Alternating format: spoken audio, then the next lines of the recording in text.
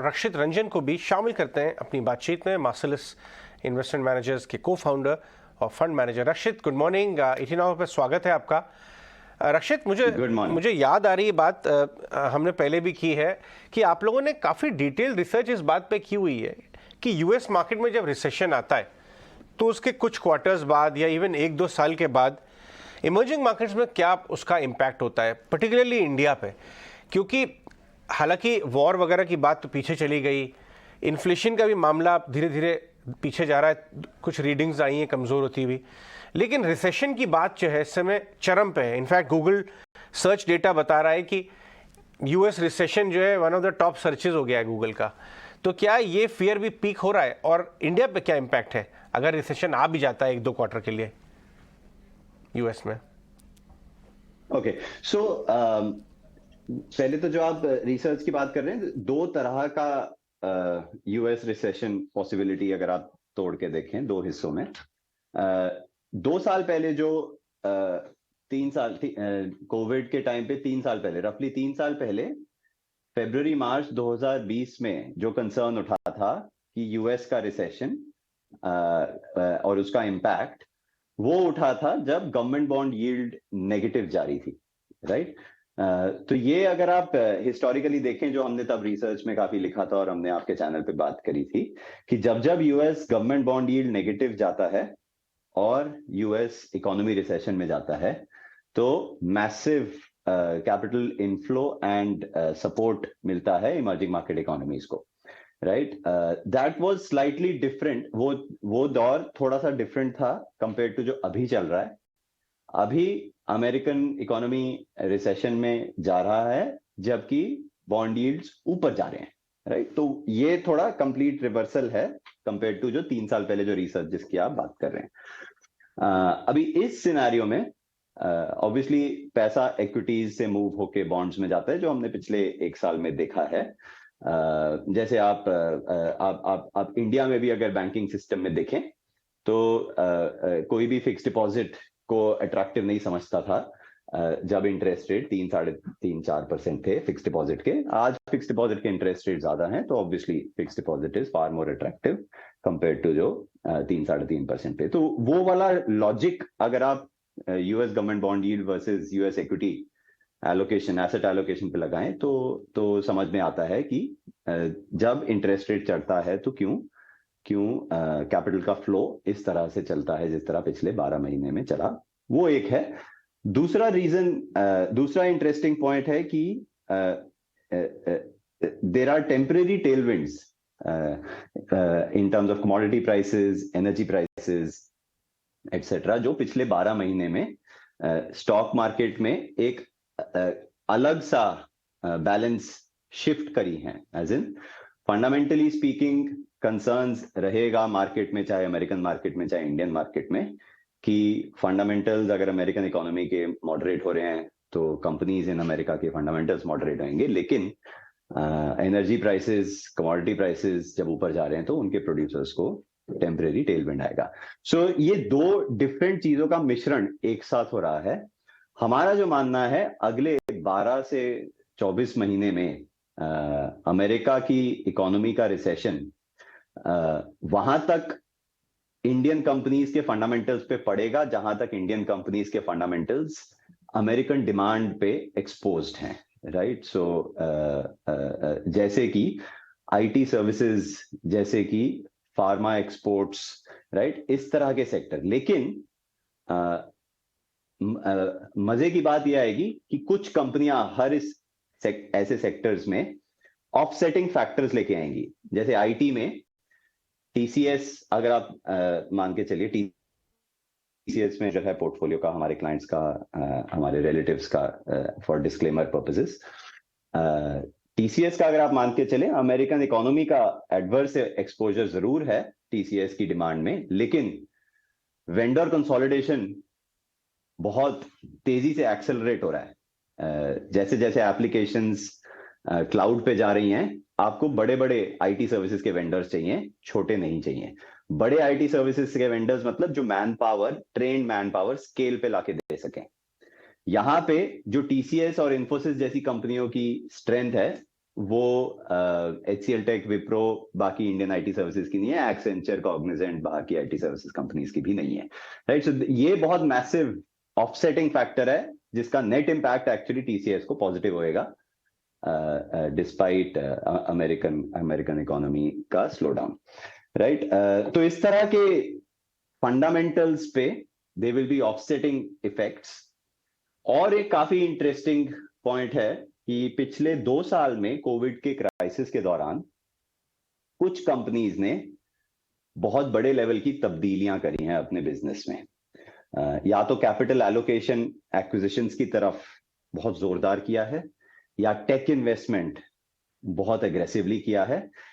और ऐसी कंपनियां आज की डेट में डिफरेंट बिजनेस मॉडल्स हैं कंपेयर टू 3 साल पहले, राइट। एक एग्जांपल के तौर पे मान के चलिए टाइटन, पेज इंडस्ट्रीज, ये सारी कंपनियां। टाइटन आज एक सिर्फ तानिष्क की ज्वेलरी, जहां 2-2.5 लाख का एवरेज टिकट साइज, उस तरह की कंपनी नहीं रही। वेडिंग में बहुत अच्छा कर रही है। कैरेटलेन एक ऐसा कॉन्सेप्ट है जो आज से 4 साल पहले काफी मुश्किल था समझ पाना कि ज्वेलरी किस तरह से फिजिटल, थोड़ी फिजिकल थोड़ी digital, that too not the purest form, कैसे एक्सेप्टेंस ले पाएगी। और कैरेटलेन बहुत तेजी से ग्रो कर रहा है टाइटन के लिए। आईवेयर बदल गया है, वॉचेस बदल गया है अपनी बिजनेस स्ट्रेंथ्स में, राइट। ये सारे बदलाव क्राइसिस का फायदा उठाते हुए पिछले 3-4 साल में जो इन्वेस्टमेंट्स करी हैं टाइटन ने, उसका नतीजा है। पेज इंडस्ट्रीज का सप्लाई चेन पूरा ऑटोमेटेड है, etcetera etcetera, right. So to answer your question, America slow down में जा रहा है जब इंटरेस्ट रेट्स ऊपर जा रहे हैं। सर्टेनली कैपिटल फ्लोज से एडवर्स इंपैक्ट है, लेकिन कुछ कंपनीज जिनके फंडामेंटल्स बहुत मजबूती दिखा रहे हैं, वहां पे हमें लगता है अगले 2 साल 3 साल आपको बहुत अच्छा निवेश का मौका है। रक्षित, आज 3 साल के बाद दिल्ली में ऑटो एक्सपो भी हो रहा है, काफ़ी बड़े बड़े अनाउंसमेंट आ रहे हैं। मारुति कह रहा है अपना CV पोर्टफोलियो, हमारा अपना ये जो SUV पोर्टफोलियो जो कमज़ोर था उससे अपग्रेड करेंगे वगैरह वगैरह। ऑटो स्पेस में जिस हिसाब से अनाउंसमेंट्स आए हैं अभी रिसेंटली, आपको सबसे अच्छा रिस्क रिवॉर्ड कहाँ पे नजर आता है? तो ऑटो में in a relative way I think Maruti 4 wheeler में, आयशर 2 व्हीलर में अच्छी कंपनियां हमारे हिसाब से बाकियों के। But in an absolute way auto में जो प्राइसिंग पावर है, या तो OEMs का या ऑटो एंक्स का, 2-3 कंपनियों को छोड़ के, जैसे हमारे पोर्टफोलियोज में सुप्रजीत इंजीनियरिंग का हमने एक्सपोजर लिया हुआ है हमारे क्लाइंट्स के लिए, हमारे फैमिली मेंबर्स के लिए, पर्सनल मनी हमारा। सुप्रजीत इंजीनियरिंग, आयशर, इस तरह के स्टॉक्स में हमारे को सबसे ज्यादा अपसाइड दिखता है प्राइसिंग पावर के तहत। मैक्रो ट्रेंड जो आप बोल रहे हैं वो तो पूरी इंडस्ट्री को लगता है, लेकिन उस मैक्रो ट्रेंड का फायदा कंपनी लेवल पे कितना बड़ा कितना छोटा होएगा कंपनी पे, वो प्राइसिंग पावर डिटरमिन करती है। वहां पे बहुत ज्यादा कंपनियां नहीं हैं ऑटो में जहां पे प्राइसिंग पावर बहुत हाई है। ऑल राइट, रक्षित, क्योंकि आपके पोर्टफोलियो में, मार्सलस के पोर्टफोलियो में कंजम्पशन स्टॉक्स का काफी बड़ा हिस्सा है और आप काफी स्ट्रांगली लार्ज कैप कंजम्पशन हो, मिड कैप कंजम्पशन को, इन स्टॉक्स पर अपना व्यू हमेशा देते आए। अभी इस वक्त किस तरह के सिनेरियो, क्योंकि के शेप रिकवरी की बात बार बार की जा रही थी, लेकिन अभी रूरल कंजम्पशन के भी अपटिक्स के सिग्नल, हर तरह की बात है कि अपटेक के सिग्नल्स हैं भी, लेकिन आप ऑटो की डिमांड देखें, ऑटो के दिसंबर के फिगर्स देखें तो वहां पर वो रिफ्लेक्शन नहीं आया। लेकिन आप अदानी विल्मर की बात सुने तो वहां कंजम्पशन पैटर्न बदल रहे हैं। अभी आप कैसे व्यू बना रहे हैं रूरल रिकवरी को लेकर? देखिए, कंजम्पशन में अंडरलाइंग लॉन्ग टर्म ड्राइवर्स बहुत स्ट्रांग हैं कंट्री के लिए, चाहे वो बिग टिकट कंजम्पशन हो, चाहे वो स्मॉल टिकट कंजम्पशन हो। कुछ FMCG कैटेगरी जरूर हैं जो पेनिट्रेटेड हैं, वहां पे लॉन्ग टर्म ग्रोथ ड्राइवर्स उतने स्ट्रांग नहीं हैं, लेकिन discretionary consumption, retail, large ticket consumption बहुत स्ट्रांग लॉन्ग टर्म ड्राइवर्स हैं ग्रोथ के। कंजम्पशन में 2-3-4 तरह के कॉम्पिटिटिव एडवांटेज बनाए जा सकते हैं। एक हो सकता है ब्रांड, एक हो सकता है डिस्ट्रीब्यूशन एक्सपेंशन। ये ब्रांड और डिस्ट्रीब्यूशन एक्सपेंशन जिस लेवल के कॉम्पिटिटिव एडवांटेज ड्राइवर्स थे आज से 15-20 साल पहले, आज उतने नहीं है, क्योंकि ब्रॉडर इकोनॉमी में इस तरह की तब्दीलियां आई हैं with mobile penetration, with digital marketing, right, with various other things, जहां पे ब्रांड के आसपास मजबूती बनाना, डिस्ट्रीब्यूशन पेनिट्रेशन के आसपास मजबूती बनाना उतना सस्टेनेबल कॉम्पिटिटिव एडवांटेज नहीं रहा है। सप्लाई चेन के आसपास मजबूती एक बहुत स्ट्रॉन्ग कॉम्पिटिटिव एडवांटेज है। मैन्युफैक्चरिंग एफिशिएंसीज के आसपास मजबूती बहुत स्ट्रॉन्ग कॉम्पिटिटिव एडवांटेज है। प्रोडक्ट कैरेक्टरिस्टिक्स में इनोवेशन का बहुत स्ट्रॉन्ग कॉम्पिटिटिव एडवांटेज है, राइट। इस तरह के सोर्सेज ऑफ कॉम्पिटिटिव एडवांटेज ज्यादा सस्टेनेबल हैं, और वहां पे हमारा कंजम्पशन का एक्सपोजर है हमारे पोर्टफोलियो में, राइट। चाहे वो कोई पेंट कंपनी हो, एडिसिव कंपनी हो, रिटेल बिजनेस हो in apparel, or there could be let's say health care में, which is also retail consumption play, right, diagnostics. यहाँ पे हमारे को ज्यादा स्ट्रक्चरल स्ट्रॉन्ग डिमांड ड्राइवर्स दिख रहे हैं with competitive advantages which are sustainable. Rakshit, good morning. आपसे क्विकली फार्मा, हेल्थ केयर और डायग्नोस्टिक पर आपका आउटलुक हम जानना चाहेंगे, क्योंकि साइडवेज एक्शन दिखा जरूर है, लेकिन जब बाजार में गिरावट बढ़ती है तो डिफेंस की तरफ लोग बढ़ते हैं, डिफेंस की तरफ मूव करते भी हैं, और 2023 की शुरुआत तो चाहे ग्लोबल मार्केट भी हो या डोमेस्टिक मार्केट भी हो, कुछ वैसी ही वॉलेटाइल रही है।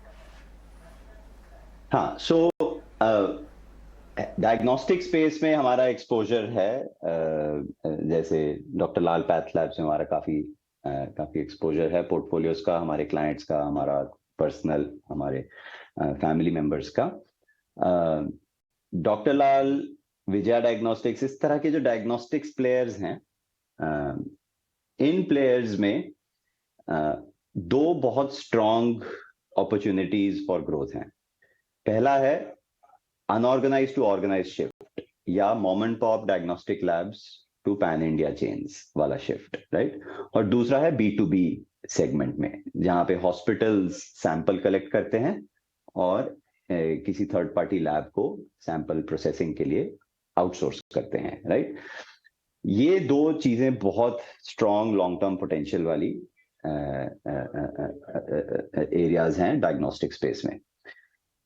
B2B में आज तक किसी ने बहुत बढ़िया कॉम्पिटिटिव एडवांटेज नहीं बनाया था, राइट। वहां पे हमने देखा है डॉक्टर लाल जैसी कंपनियां बहुत अच्छा काम कर रही हैं, वैल्यू एड ऐसा वाला प्रोवाइड कर रही हैं हॉस्पिटल्स को जो सिर्फ लो प्राइस ओरिएंटेड नहीं है, और बहुत तरह का वैल्यू एड है जिसके कारण कॉम्पिटिटिव एडवांटेज बना रही हैं।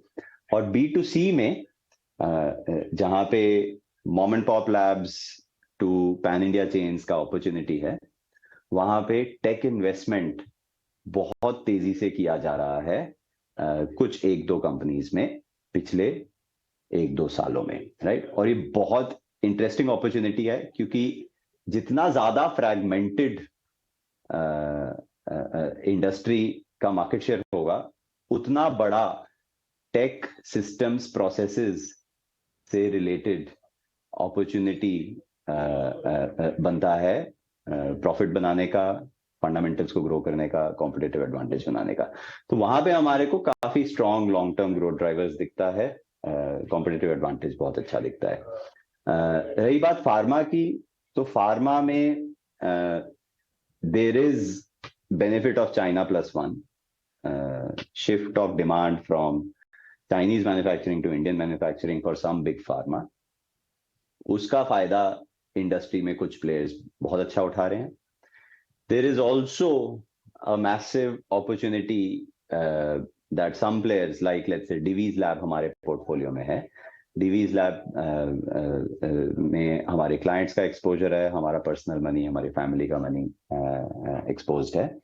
Divi's lab even custom synthesis, जहां पे आप पेटेंटेड ड्रग्स का मैन्युफैक्चरिंग कर रहे हैं बिग फार्मा के लिए, इस तरह के प्रोडक्ट्स में बहुत बड़ी तब्दीलियां लाए हैं कैपेबिलिटीज में पिछले 2 साल में, और यहाँ पे भी एक बहुत अट्रैक्टिव ग्रोथ अपॉर्चुनिटी है। तो इस तरह की फार्मा कंपनीज में हमारे को अपॉर्चुनिटी दिखता है। जो स्टैंडर्ड आज से 10 साल पहले फार्मा इंडस्ट्री हुआ करती थी कि make in India at cheap rates, generic formulations, export to the US and then use the distribution channel in the US to sell there, वो जो स्टैंडर्ड मॉडल था वो काफी हद तक डिस्टर्ब हो चुका है। वो वाला फार्मा का बिजनेस मॉडल अब उतना स्ट्रांग नहीं रहा, क्योंकि चैनल की कंसोलिडेशन हो गई है, प्राइसिंग पावर इंडियन मैन्युफैक्चरर से ले ली गई है, छीन ली गई है, and profitability as a result काफी कम हो गई है।